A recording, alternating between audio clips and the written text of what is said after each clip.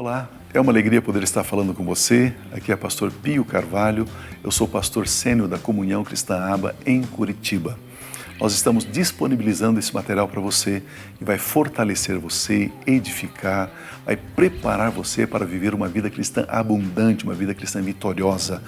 Você vai ter um louvor e logo a seguir uma mensagem, a mensagem que nós gravamos nos nossos cultos aqui. Todos os domingos nós temos aqui culto pela manhã às 9h30 e também às 18 horas. Abra o seu coração, receba a palavra, seja fortalecido, continue abençoado em o nome de Cristo Jesus. Amém.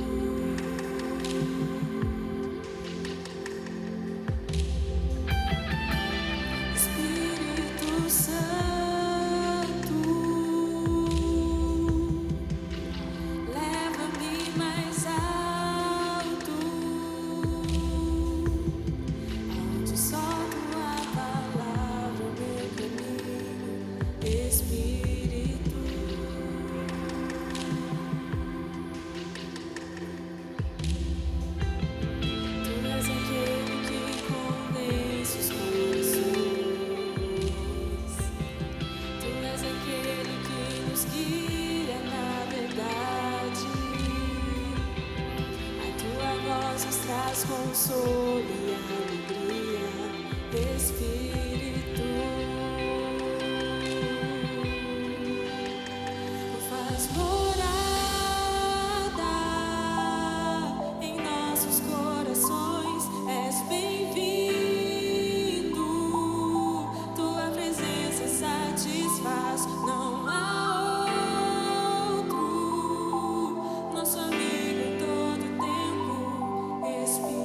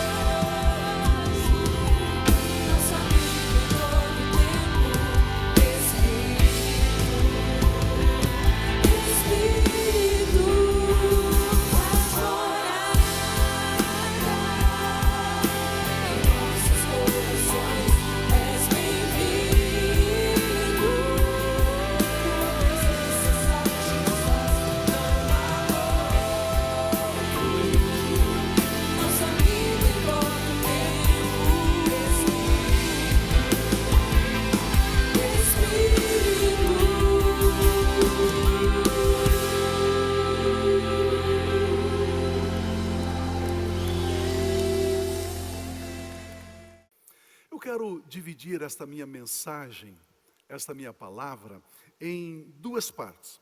Agora, neste horário, eu estou pregando a primeira parte, e depois, no outro culto, no segundo horário, das 18 horas, eu vou dar continuidade. Eu sei que você não tem para onde ir, você não deve sair de casa, você deve ficar aí com a sua família.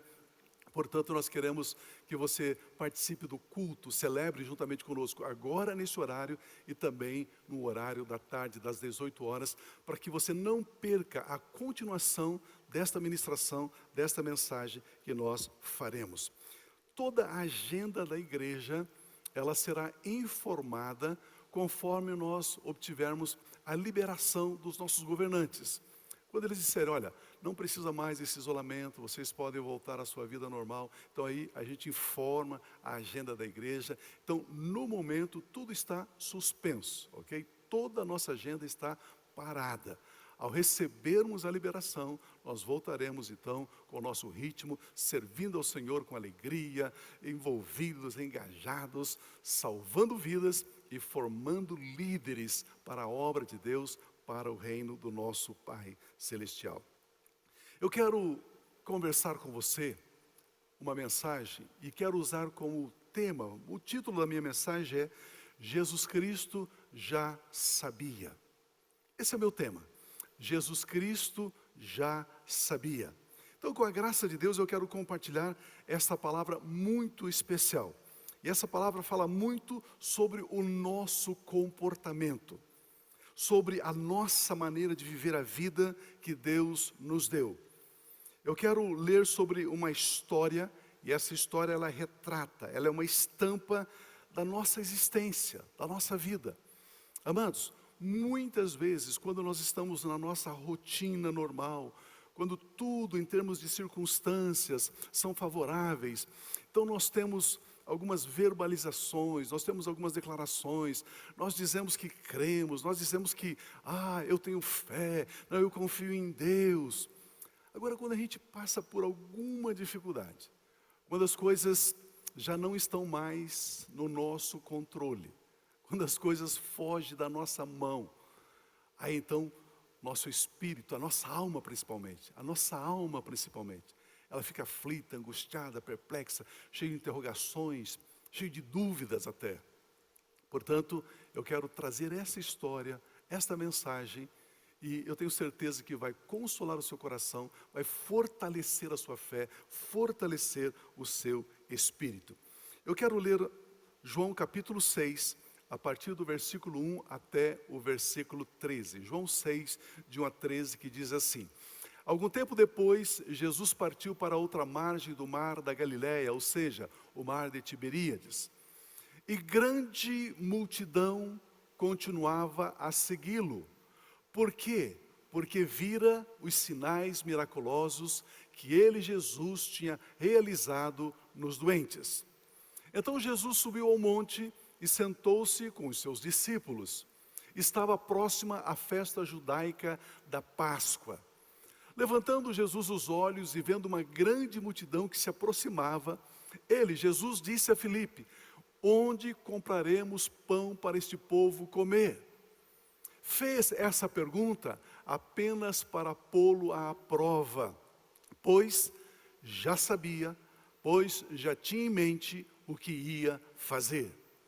Filipe lhe respondeu: 200 denários não compraria pão suficiente para que cada um recebesse um pedaço. Outro discípulo, André, o irmão de Simão Pedro, tomou a palavra. Aqui está um rapaz, disse André. Ele possui 5 pães de cevada e 2 peixinhos, mas o que é isso para tanta gente? Disse Jesus: mande o povo assentar-se. E havia muita grama, muita relva naquele lugar, e todos se assentaram. Era cerca de 5.000 homens, sem contar as mulheres e as crianças. Então Jesus tomou os pães, deu graças e os repartiu entre os que estavam assentados, tanto quanto queriam, e fez o mesmo com os peixes. Depois que todos receberam o suficiente para comer, disse aos seus discípulos: Ajunte os pedaços que sobraram, que nada seja desperdiçado. Então, eles os ajuntaram e encheram 12 cestos com os pedaços dos 5 pães de cevada deixados por aqueles que tinham comido. Aleluia, aleluia, graças a Deus. O primeiro valor que eu quero destacar nessa minha ministração, nessa minha mensagem, é sobre os motivos que temos para seguir Jesus. Motivos para seguir Jesus. Nós estamos diante de uma história cheia de riquezas para a nossa vida. Em primeiro lugar, o texto menciona o motivo que levou essa multidão a seguir a Jesus. Eles foram atrás de Jesus até mesmo para um lugar desértico, para um lugar sem habitação, sem população, sem gente, sem estrutura. O versículos 1 e 2 diz assim: algum tempo depois, Jesus partiu para outra margem do mar da Galileia, ou seja, o mar de Tiberíades, e grande multidão continuava a segui-lo. Por quê? Qual é a razão, qual é o motivo dessa multidão seguir a Jesus? Por causa dos sinais miraculosos que ele tinha realizado nos doentes. A Bíblia coloca de uma forma muito clara. Essas pessoas estavam seguindo Jesus, servindo Jesus por esta razão. O texto está dizendo que eles queriam ser abençoados por Jesus. Essas pessoas revelam o motivo, a razão de seguir Jesus. A razão dessa escolha comportamental é de ter as necessidades delas atendidas, supridas. Este é o combustível que movia essas pessoas, que levava essa multidão a fazer o que ela estava fazendo. Ou seja, eu sigo a Jesus porque eu tenho benefícios. Ele me dá benefícios, então eu sigo a Jesus, eu sirvo a Jesus. Esta é a razão. Então esse primeiro ponto meu é motivos para seguir a Jesus. O versículo 2 diz: grande multidão continuava a segui-lo porque viram os sinais miraculosos. Por que continuavam a seguir Jesus? Por causa das curas, ou por causa dos benefícios. Porque seguiam a Jesus, porque seguir a Jesus dava a essas pessoas algum ganho, alguma vantagem. Eles lucravam por seguir a Jesus. Então, eu vou seguir a Jesus. Quando é esse tipo de motivo que motiva as pessoas a servir a Jesus, é porque nós estamos focados, essas pessoas estão focadas em si mesmas e não em Jesus. As pessoas estão olhando para elas mesmas e não para Jesus. Ou seja, se tenho necessidade, surge em mim uma busca por Jesus. Na verdade, uma busca pelos benefícios que Ele me dá. Se não tenho necessidade alguma, eu não preciso de Jesus. Se nada falta, por que eu preciso ir a uma igreja? Por que eu preciso pertencer a um grupo? Por que eu preciso seguir Jesus, ler a palavra de Deus, celebrar, cantar louvores, servir em alguma área da igreja? Eu não preciso de coisa alguma, por que eu deveria então seguir a Jesus? Meus amados, nós precisamos aprender a querer Jesus, quem Ele é, querer quem Ele é na essência dEle, no ser dEle, e não no que Ele pode fazer por mim, não o que Ele pode me dar. Se alguém perguntar para você, por que você vai a uma igreja? Eu vou à igreja por causa de Jesus. Por que você serve no ministério da música da igreja? Eu sirvo no ministério da música por causa de Jesus. Por que você está engajado como apacentador, líder de um grupo? Por que você trabalha com as crianças, com os jovens, com os adolescentes?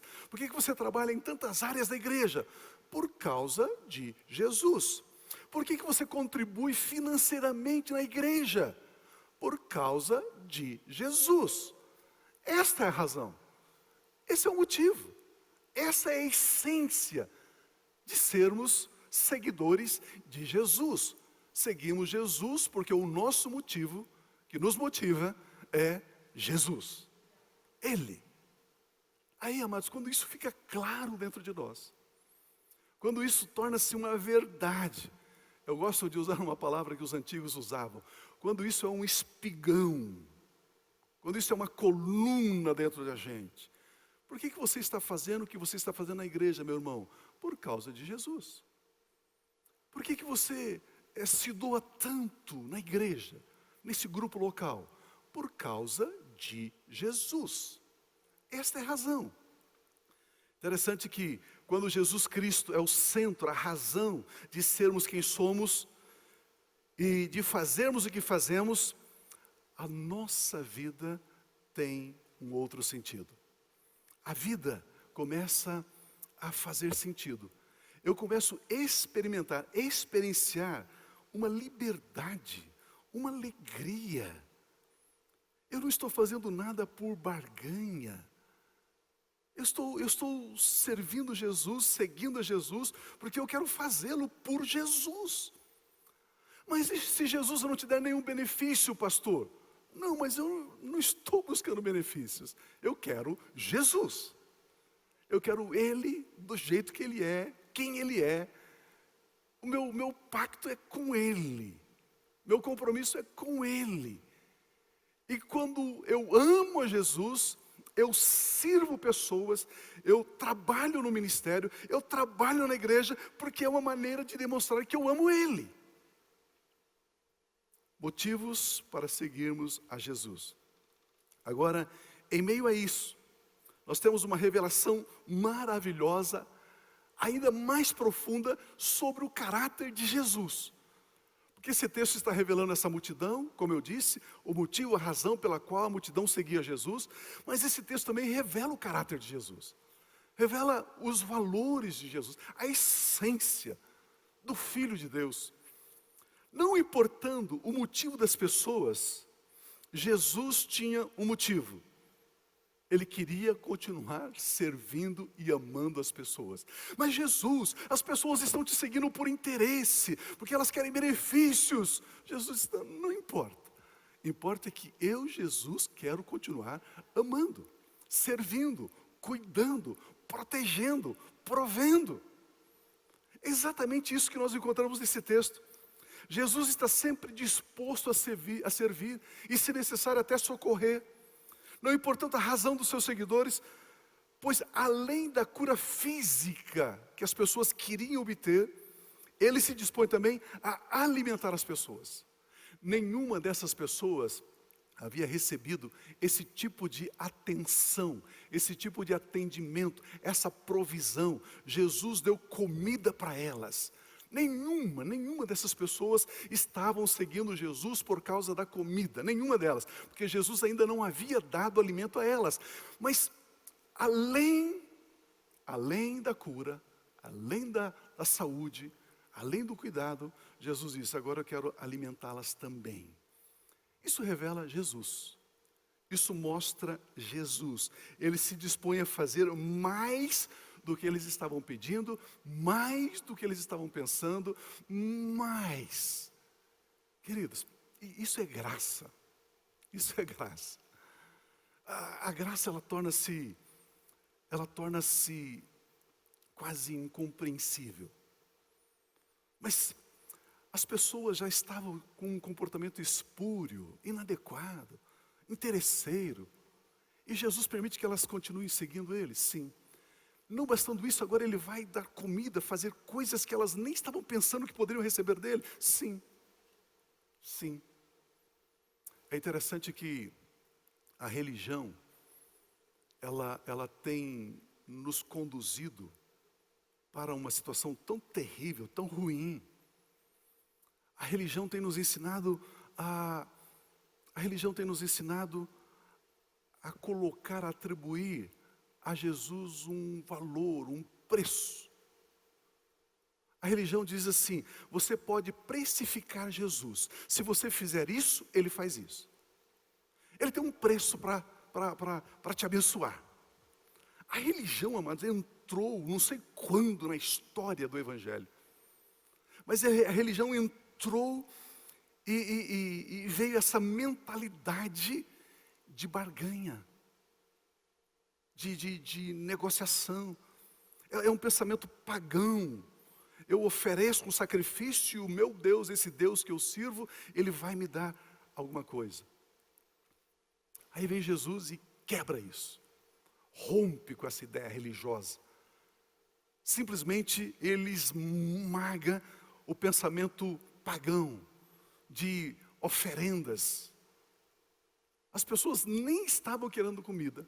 Ele diz, eu vou dar comida. Isso é graça. Isso é graça. Jesus Cristo fornece um delicioso sanduíche de pão e peixe. Talvez um McFish feliz. Cabe aqui uma reflexão. Cabe aqui um pensamento. Vamos parar um minutinho apenas. Qual é o meu motivo de seguir a Jesus? Por que eu estou seguindo a Jesus Cristo? Por quê? De repente, nesses momentos em que você precisa aprender a conviver com você, tem pessoas que têm dificuldade em ficar consigo mesma, né? Ela já quer inventar alguma coisa, já fica agitada. Mas, nesse momento, quase que obrigatoriamente, você é obrigado a ficar sozinho com você. Será que não está na hora de você parar um pouquinho e dizer assim, escuta, qual é a razão, qual é o motivo pelo qual eu estou servindo, seguindo a Jesus? Responda para você. Eu estou como esta multidão? Ou eu já aprendi quem é Jesus? E constrangido pelo amor dele, até mesmo acanhado, constrangido, eu decido servir Jesus, seguir Jesus, ser de Jesus. É uma escolha consciente, não baseado em antes de vírus, agora com vírus, depois do vírus. Não é baseado nessas coisas. Antes da tempestade, depois da tempestade. Não. Jesus. Queridos, olha o que é mais importante. Se o meu motivo de servir a Jesus, seguir a Jesus, for um motivo egoísta, Jesus está de braços abertos para mim. Se o meu motivo for altruísta, for um motivo de amor por Ele, Ele está de braços abertos por mim. Jesus Cristo Ele não se molda à nossa conduta. A bondade dEle não é maculada pela minha falta de bondade. Jesus Cristo é amor, e Ele e pronto. Interessante isso, né? Ele não é influenciável. Eu estou seguindo a Jesus, estou servindo a Jesus por motivos egoístas. Então Jesus agora vai mudar o comportamento dele em relação a mim? Não vai. Não vai. Isso a Bíblia chama de graça. Isso a Bíblia Sagrada chama de amor. Amor. Uma outra característica de Jesus é que Jesus Cristo, Ele já sabia. Ele já sabia do interesse da multidão. Ele já sabia. E agora eu vejo uma característica aqui que Jesus Cristo, então, Ele nunca é pego de surpresa. Esse é o segundo ponto. Jesus nunca é pego de surpresa. Amados irmãos, vejamos aqui. Uma situação caótica estava instalada. Uma situação terrível. Uma multidão de aproximadamente 20.000 pessoas estava aglomerada em um lugar remoto, isolado, sem qualquer tipo de recurso, sem qualquer tipo de assistência. Não havia lugar para comprar comida, para repouso. Essa multidão agora estava com fome. Eles precisavam de alimento para não desfalecer, para não desmaiar, tentando voltar para suas vilas, para as suas cidades. Era uma situação muito adversa, uma situação ruim. E em meio a esse ambiente caótico, Jesus faz uma pergunta bem direta a um dos seus discípulos. Ele pergunta a Filipe, olha o versículo 5. Levantando os olhos e vendo uma grande multidão que se aproximava, Jesus disse a Filipe: onde compraremos pão para este povo comer? Onde compraremos pão para esse povo comer? Veja como Jesus Cristo é maravilhoso.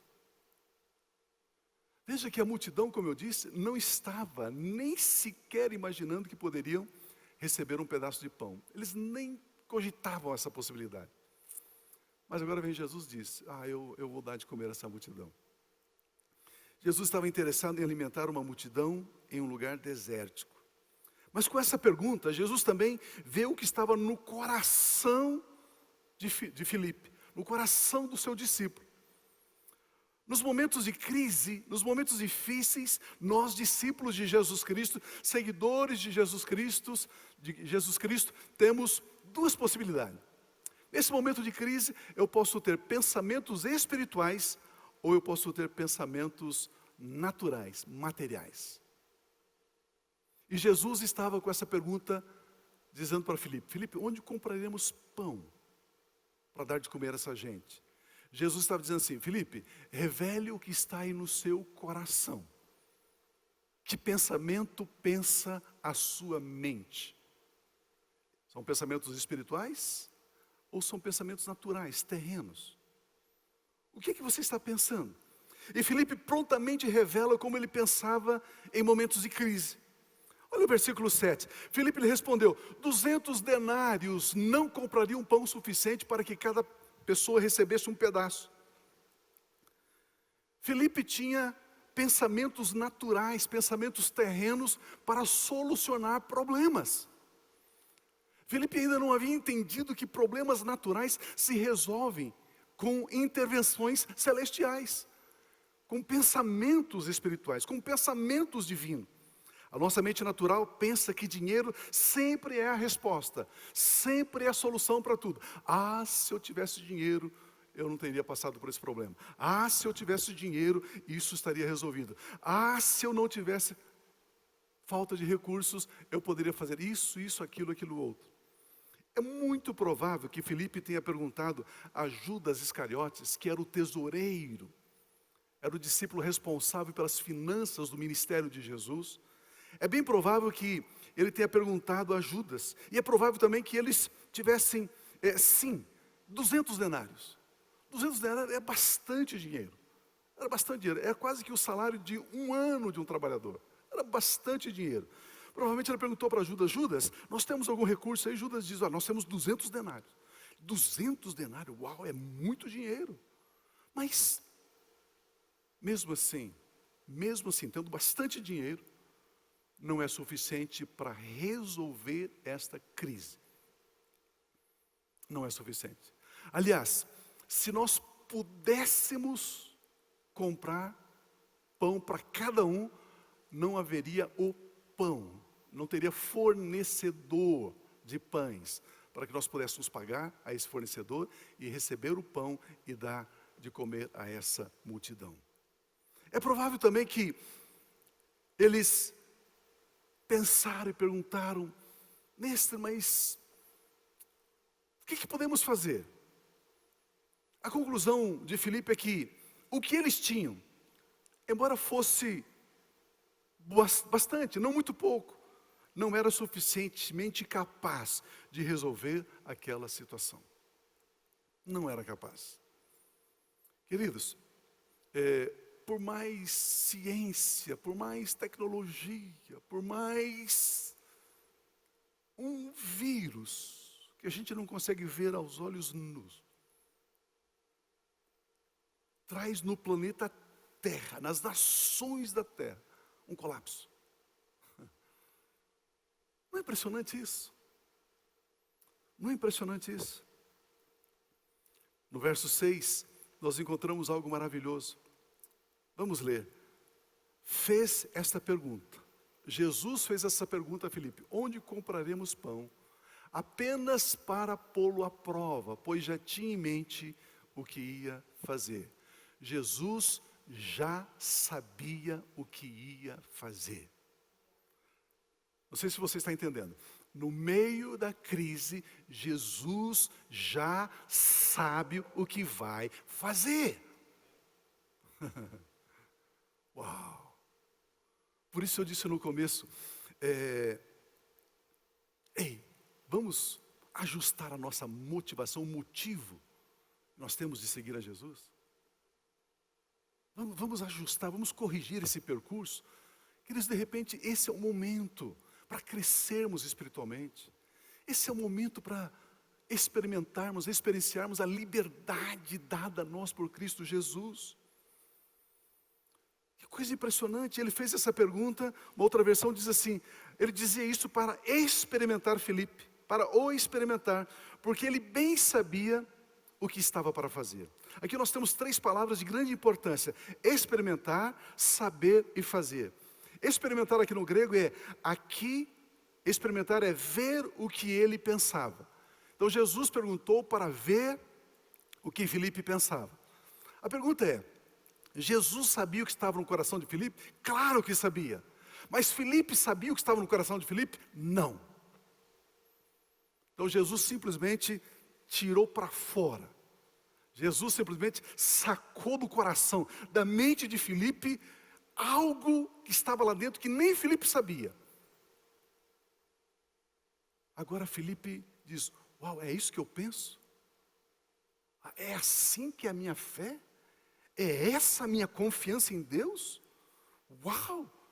Eu já não estou conseguindo dormir, eu já estou angustiado, já estou triste. Pois é, agora então você está sabendo como é o seu interior, o que está no seu coração.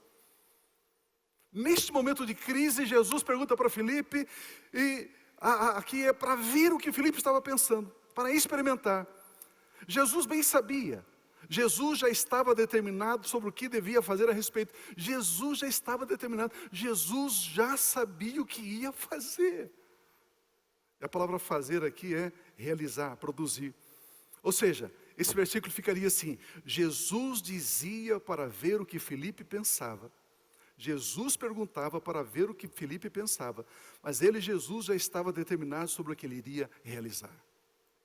Meu irmão, Jesus já está determinado sobre o que ele vai fazer.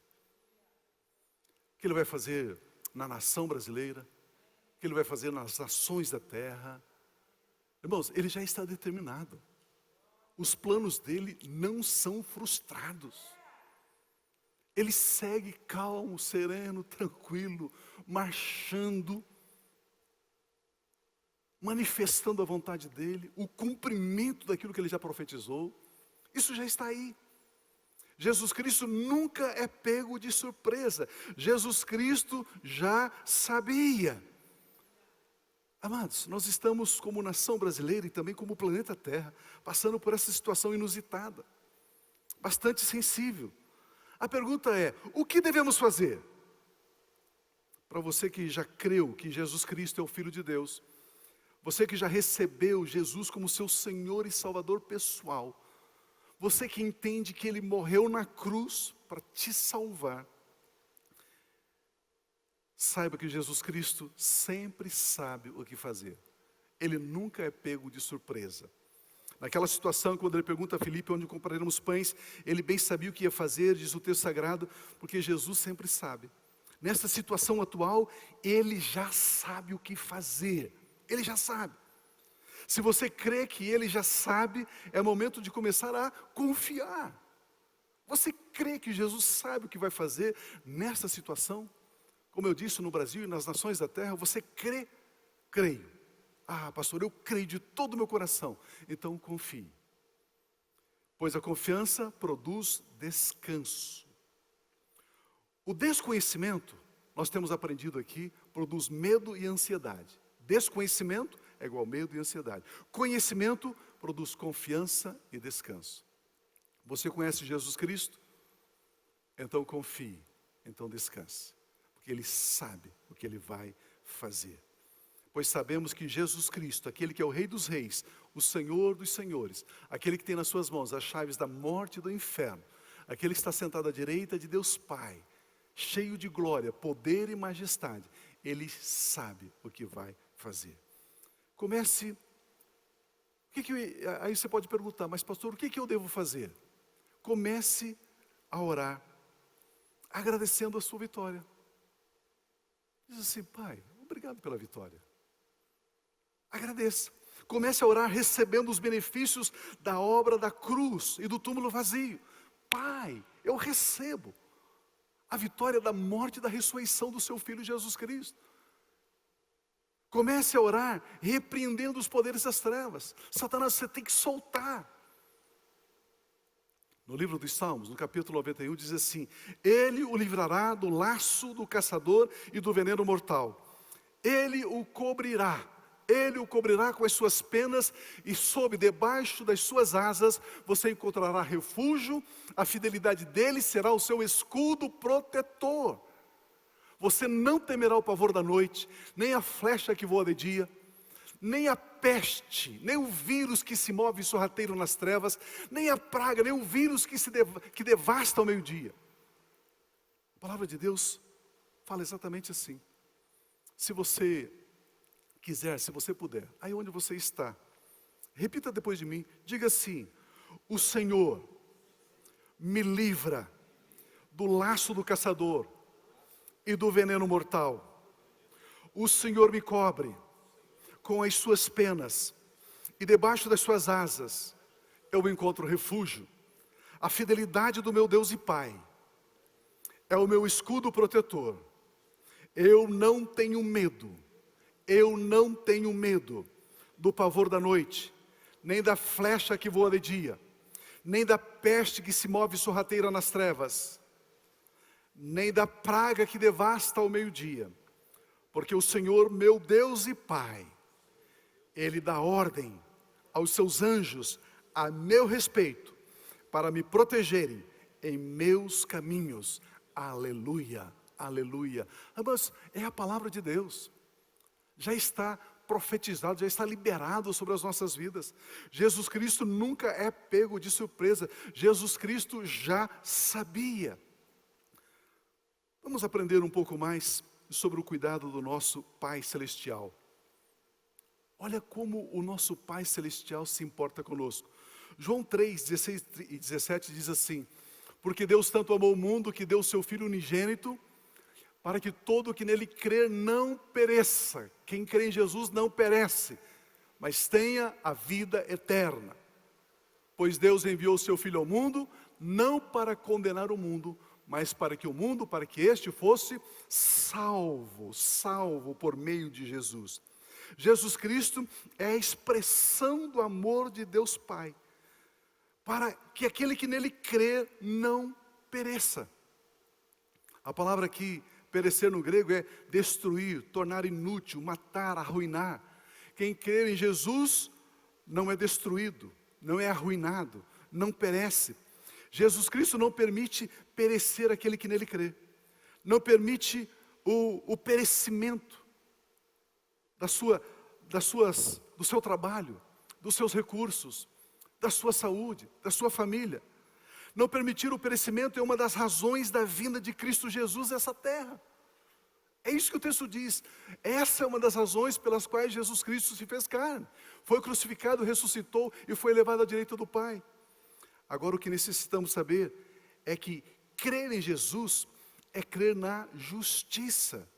A nossa fé é para crer na justiça. Olha Romanos 10:10. Romanos 10:10 diz assim: pois com o coração se crê para a justiça, e com a boca eu confesso e eu declaro para a salvação, para a vitória. Devemos crer para a justiça. Já sabemos, mas eu quero repetir. Justiça é o estado perfeito. Justiça é o estado sem culpa. O que é justiça? Ele me perdoou, Ele me purificou, Ele me santificou. Agora eu tenho um estado de justiça. Eu fui justificado. Eu recebi um presente chamado justiça. Eu sou justo. A fé é para crer nisso, na justiça. Em 2 Coríntios 5:21 diz, nós temos essa revelação de como isso aconteceu. Como foi que eu me tornei justiça de Deus? Justo.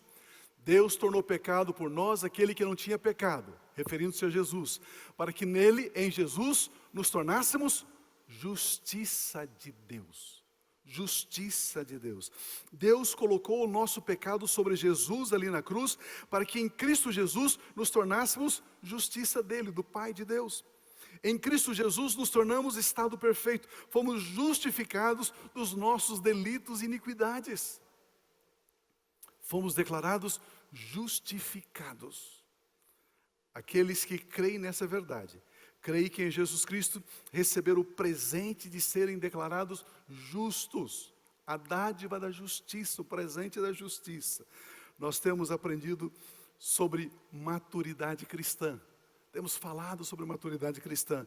E a Bíblia Sagrada diz que Deus considera o filho maduro, o seu filho maduro, adulto, aquele que é experimentado na palavra da justiça, aquele que crê na justiça, que vive na justiça, aquele que vive na dependência da obra de Cristo.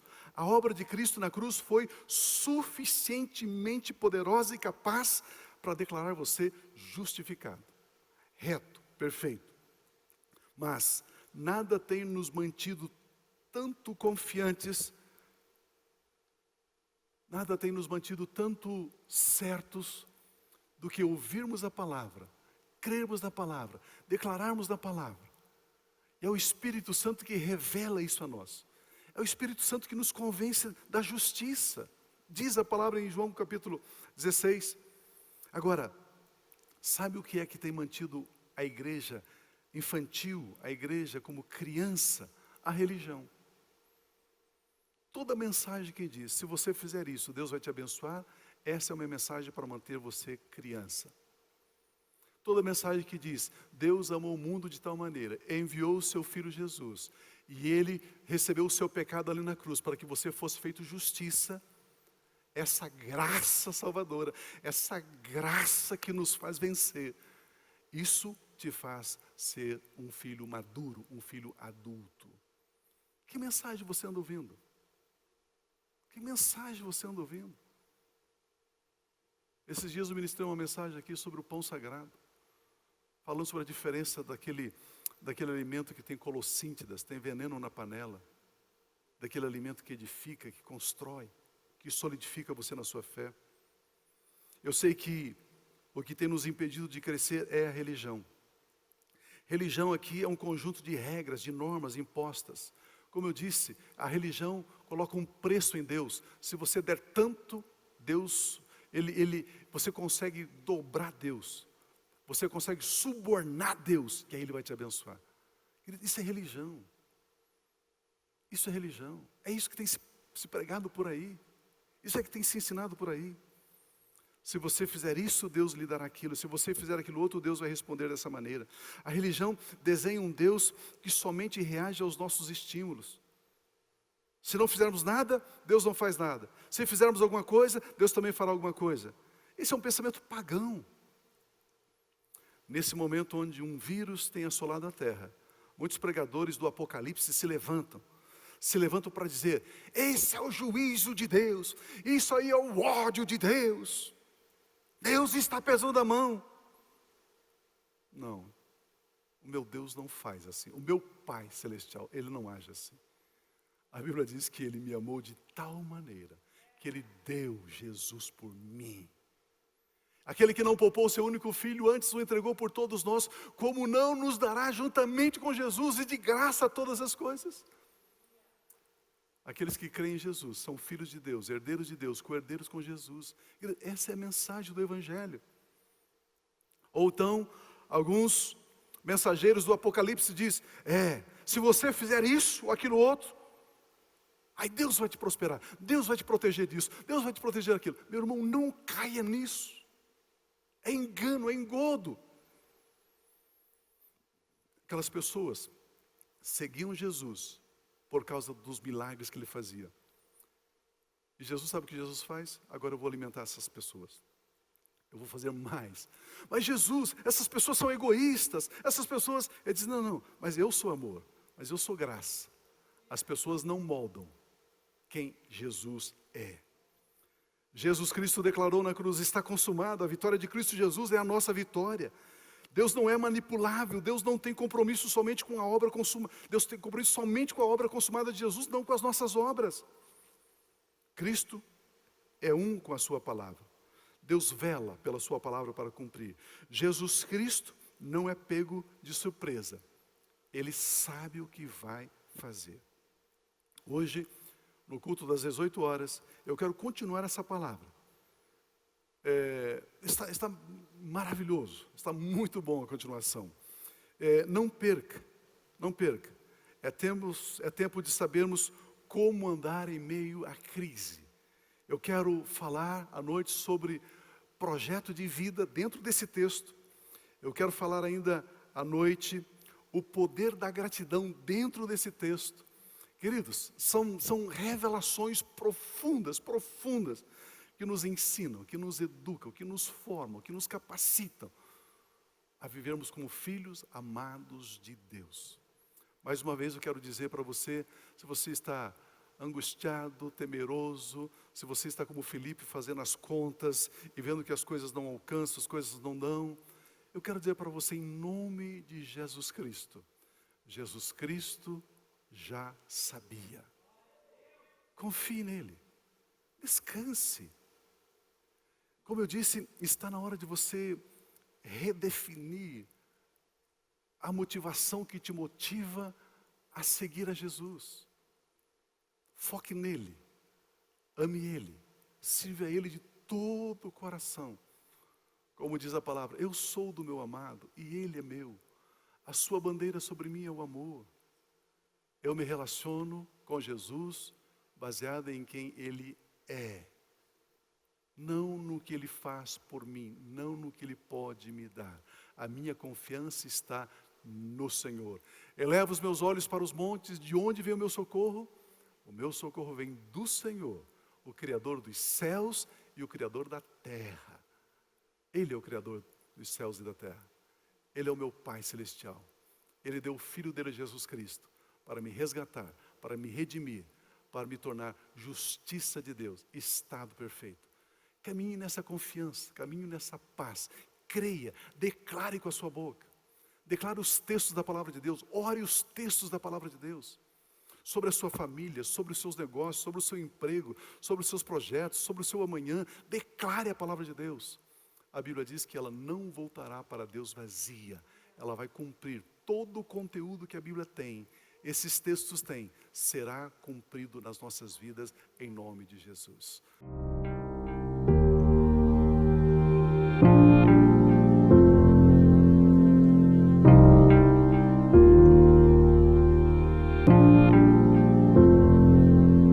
Não tem nada a ver com o que temos ou com o que fazemos, tem a ver com o que somos. A mesma vida que Jesus tem, a mesmíssima, a mesma natureza, a mesma essência, a mesma vida, a vida incriada, o Zoe, a vida eterna, a mesma vida, Deus colocou dentro de você. E você avança com absoluta certeza e segurança, porque você sabe quem você é. E quando você sabe quem você é, e quando você é maravilhoso. Como é bom